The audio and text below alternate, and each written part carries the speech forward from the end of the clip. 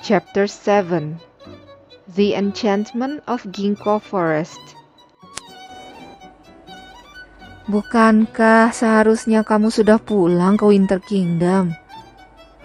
Shalima bertanya kepada Tan sambil mengibas-ngibaskan tangannya dan berjalan mengikuti anak laki-laki itu. Mereka terdampar di pinggir sungai dan memutuskan untuk menelusuri sungai kembali ke arah titik pengambilan lumut. Sambil bertanya, Shal merasakan ada yang aneh. Bunga-bunga di samping kanan dan kirinya dalam keadaan layu, padahal mereka berada di tepi aliran sungai.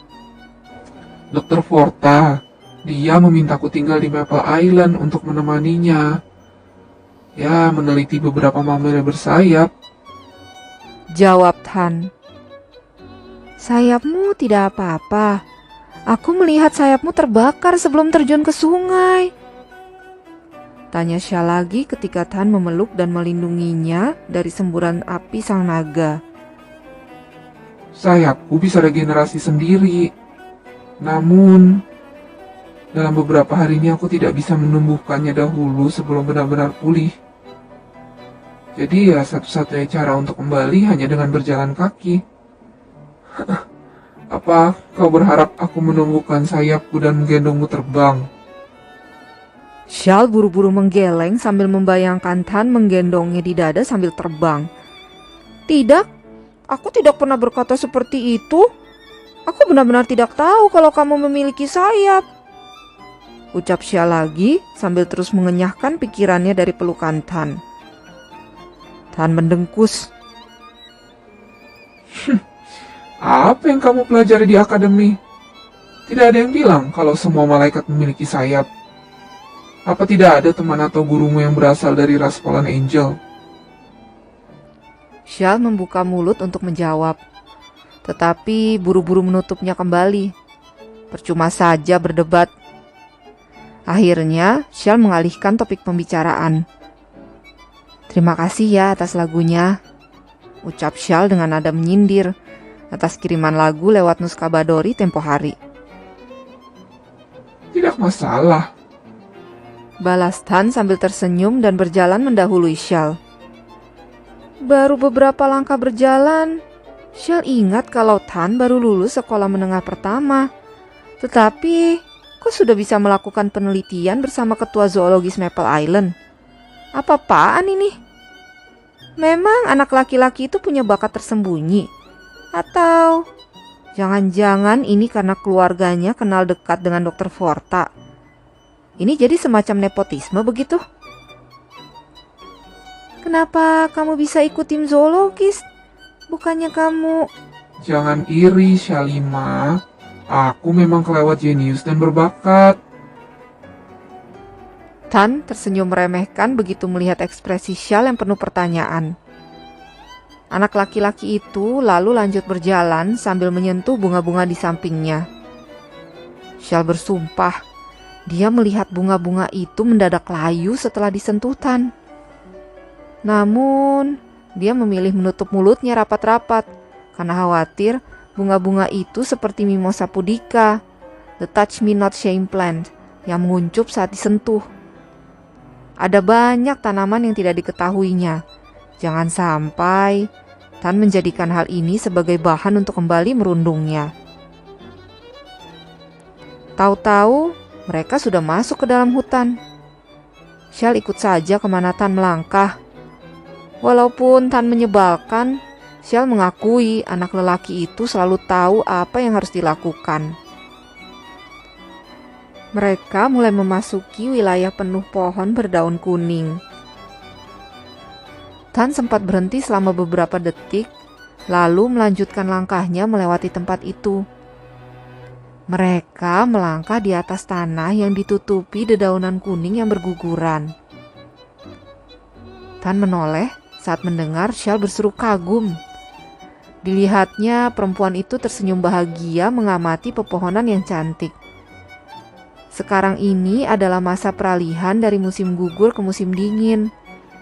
Namun, daun-daun pepohonan di Ginkgo Forest masih belum habis berguguran. Kamu terlihat bahagia ya berjalan bersamaku di tengah pohon ginkgo. Ejeknya. Shal memandangi Tan dengan tatapan kosong. Dia tidak tahu bahwa ini adalah pohon ginkgo, asal nama ginkgo forest. Apakah seharusnya dia tidak bahagia melihat pemandangan yang indah ini? Lupakan. Tan mengembalikan pandangannya ke depan sambil berdecak kesal. Shal merasa banyak hal yang ditutupi oleh Tan. "Kenapa kamu menyamar jadi zoologis dalam tim pengambilan lumut?" pancing Shal.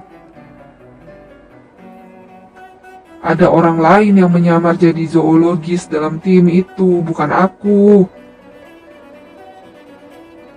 Benarkah? Shal tidak mempercayai perkataan Tan. Namun, kalau diingat-ingat lagi, memang tidak ada sosok Tan dalam 3 orang zoologis yang ikut pengarahan tadi pagi.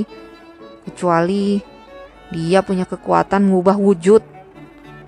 Namun, kalau Tan punya kemampuan mengubah wujud, kenapa saat mengambil lumut dia tidak berubah? Shal jadi pusing sendiri. Lantas, kenapa kamu mau mencuri lumut Porsesa? Shal bertanya lagi. Kali ini, Tan langsung menghentikan langkahnya. Shal menunggu jawaban Tan, tetapi rupanya pria itu tidak ada niat menjawab pertanyaannya. Tan mendengar sesuatu dan berjalan pelan-pelan mendekati asal suara tersebut. Tan berjalan ke arah semak-semak diikuti Shal. Saat dia menyibak semak-semak itu, mereka berdua dapat melihat seekor anak babi membelakangi mereka. Babi kecil itu asik mengendus pepohonan. Shal menghembuskan napas lega. Untunglah hanya seekor babi kecil dan bukan hewan berbahaya seperti dugaannya. Namun, Tan malah mengendap pelan-pelan mendekati anak babi itu sambil bersenandung kecil. Anak babi itu seperti terhipnotis mendengar suara merdu Tan. Dia langsung berbalik dan mendekati Tan.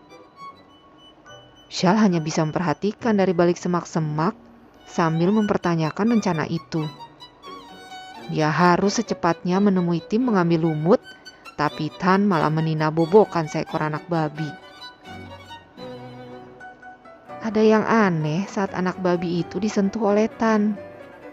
Shal bisa merasakan tatapan anak babi itu melemah dan tak beberapa lama terkulai lemas ke tanah. Apa yang kamu lakukan? Shal merasa sangat terkejut. Dia menerjang semak-semak, hendak memeriksa kondisi anak babi itu. Namun, dia keburu mendengar suara yang gusar dari balik pepohonan. Langkah Shal tertahan karena ada sosok hewan besar muncul. Not you again. Shal merajuk pelan. Di depannya berdiri seekor induk babi besar yang melihat ke arah mereka dengan geram. Babi itu mirip sekali dengan babi yang pernah dihadapinya di Battle Arena. The one that almost killed her. Syukurlah ini bukan pertarungan nyata. Itu kata mentornya saat simulasi usai. Bagaimana dengan sekarang? Shal merasakan lututnya mulai gemetar. Tiba-tiba, Tan berdiri di depannya seperti berusaha melindunginya dari serangan yang kedua. Kamu tidak apa-apa. Aku tidak apa-apa, jawab Shal. Saat babi itu menyerang lagi, kamu lari sekencang mungkin ke arah utara. Perintah Tan. Shal terkejut dengan aksi dan perkataan Tan. Padahal anak laki-laki itu sudah jauh berlari di depannya tadi. Shal pikir itu kesempatan yang baik bagi Tan untuk menghindar dari serangan babi. Ternyata dia salah menilai Tan. Pria itu malah kembali dan berusaha melindunginya. Kini, babi itu mulai menyerang lagi. Lari! Tan memerintahkan Shell untuk lari sementara dirinya sendiri maju mengadang induk babi yang marah. Shell tidak menjalankan perintah itu dan malah berdiri kaku di tempatnya. Dia tidak tahu apa yang harus dilakukan. Melarikan diri dan meninggalkan Tan berkelahi dengan babi bukan hal yang benar menurut hati nuraninya. Tan berteriak ke arah babi itu dan Shell bisa merasakan gendang telinganya agak sakit. Ini bukan teriakan biasa.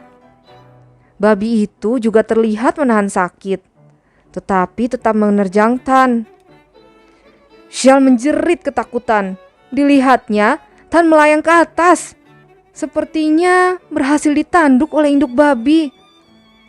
Namun, saat sudah berada di atas babi, dia memutar badannya dan meninju kepala babi hingga jatuh. Babi itu terus berlari, tetapi langkahnya mulai sempoyongan. Tak lama, babi itu sudah jatuh ke tanah. Lari, Shalima! Tan mengucapkan perintahnya lagi. Tanpa menghabiskan banyak waktu, Shell berlari mengikuti Tan. Terdengar suara induk babi menggeram dan mencoba bangkit. Nampaknya pukulan dari Tan memberikan mereka waktu untuk segera mencari tempat persembunyian. Tak lama lagi induk babi itu akan kembali berlari dan menyerang mereka.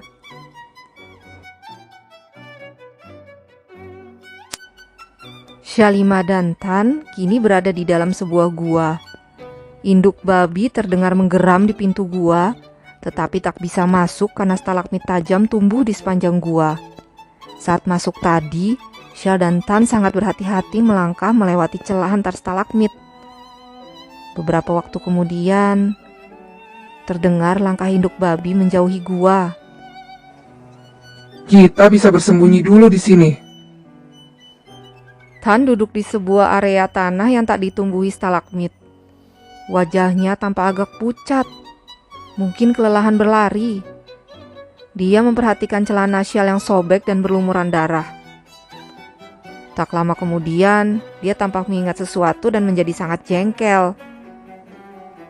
Kalau kamu punya kemampuan self-healing, untuk apa aku repot-repot membantumu tadi? Shalima hanya bisa cemberut. Punya kemampuan self-healing bukan berarti tak bisa mati. Oh ya? Tan bertanya dengan nada mencibir. Sama sekali tak percaya dengan perkataan Shell. Anak laki-laki itu tidak menuntut penjelasan dan malah minum dari sumber air yang ada di sampingnya. Shell sendiri tak mau menghabiskan waktu untuk memberikan penjelasan. Shell memang sering merenungkan hal ini. Jika dirinya terus-terusan diserang, apakah dirinya tetap bisa melakukan self-healing terus atau malah mati? Tak lama kemudian, netra Tan terkunci pada sesuatu di dinding gua, dan bibirnya mulai bersenandung. Shell dejavu dengan apa yang dilihatnya. Setelah melihat seekor kadal yang diam di dinding gua, Shell tahu apa yang akan Tan lakukan.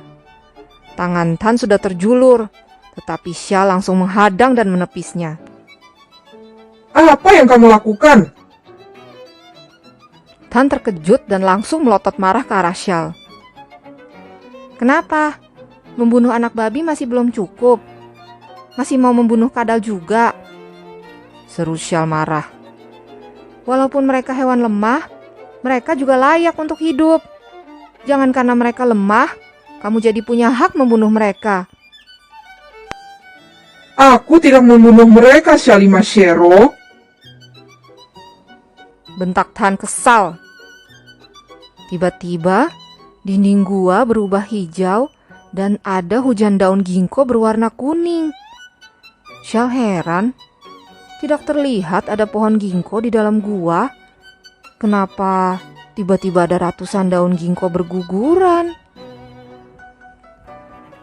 Shalima Shero, terima kasih sudah mau melindungiku. Terima kasih sudah menganggapku berharga, walaupun aku hanya seekor kadal kecil. Shell menoleh ke arah sumber suara, yaitu kadal berwarna hijau yang tadi jadi sasaran Tan. Tak masalah, setiap makhluk memang berhak hidup. Shell mengelus kadal gua itu. Maukah engkau menjadi temanku selamanya, Shalimashero? Walaupun aku ini kecil dan tak berguna, tapi aku akan berusaha sebaik-baiknya menjadi rekanmu. Tentu saja, Malachit, tentu saja, jawab Shalima antusias. Entah mengapa, dia langsung memberi nama Malachit kepadanya. Yang jelas, warna kehijauan yang dimiliki kadal itu sangat indah dan mengingatkannya kepada batu Malachit. Tiba-tiba, Tan menarik tangan Shal, seperti ingin membuatnya tersadar. Daun-daun ginkgo berwarna kuning yang tadi berguguran, kini sama sekali tak ada jejaknya, dan dinding gua kembali berwarna coklat kusam. Apakah dia berhalusinasi? Kamu mengikat batin dengan kadal? Tan menutup wajahnya dengan tangan dan melanjutkan kalimatnya. Aku pikir kamu hanya bodoh, tapi ternyata lebih parah dari bodoh ya. Aku mengikat batin, tanya Shal bingung. Iya, barusan. Kamu bahkan memberinya nama kan? Tan menggeleng-gelengkan kepala tanda tidak percaya. Iya, jawab Shal polos. Mungkin ini akibatnya tidak pernah mendengar perkataan Amara saat mengulang apa yang dibacanya di buku tentang mengikat batin. Aku tak keberatan mengikat batin dengan Malachit, lanjut Shal sambil tersenyum ke arah Malachit yang kini sudah ada di bahunya. Tan kembali menutup muka sambil menggeleng-gelengkan kepala.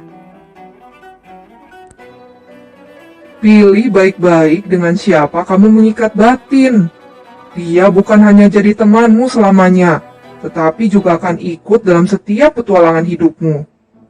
Kamu juga harus melindunginya dengan nyawamu. Maka dari itu, pilihlah mengikat batin dengan makhluk yang setidaknya benar-benar bisa membantumu atau layak diperjuangkan. Bukan... Tan tak sanggup melanjutkan perkataannya saat melihat Malachit menatapnya tajam. Dia tak menyangka ada orang yang benar-benar mau berteman dengan kadal mini selamanya. Apa untungnya? Terserahlah, Syah. Toh kamu sudah mengikat batin dengannya. Mulai sekarang, lebih berhati-hatilah dalam hidup. Konon, mengikat batin dengan kadal hanya membawa sial. Hewan-hewan akan berpikir 100 kali untuk mengikat batin dengan seseorang yang sudah mengikat batin dengan seekor kadal. Aku bahkan belum pernah dengar ada yang mengikat batin dengan kadal gua demi para dewa. Tan merutuk karena kesal. Dia baru melihat orang membuat sebuah keputusan sekonyol itu dalam hidupnya. Tak usah khawatir, Shal. Aku akan mengerahkan seluruh kemampuanku untuk membantumu dalam setiap pertarungan. Terima kasih untuk nama yang kamu berikan, Malachit. Aku menyukainya. Malachit berusaha menenangkan Shal. Gadis itu menatap Malachit dalam. Ternyata begini rasanya mengikat batin dengan seseorang. Shal merasa bisa memahami dan berkomunikasi lewat batin dengan Malachit. Ini seperti perasaan yang dalam dan tidak bisa dijelaskan. Tentu menyedihkan jika tak diinginkan. Setiap makhluk berhak dapat kesempatan. Shal tahu bagaimana merasa tak berharga, lalu mendapatkan sebuah kesempatan. Tak ada salahnya memberikan kesempatan jika dia mampu. Ah, ada sesuatu yang mau kuluruskan. Tan bicara lagi. Namun, Shal merasa Tan mengucapkan kalimat itu dengan agak berbeda. Ketika dia menoleh, dilihatnya sosok itu tiba-tiba ambruk.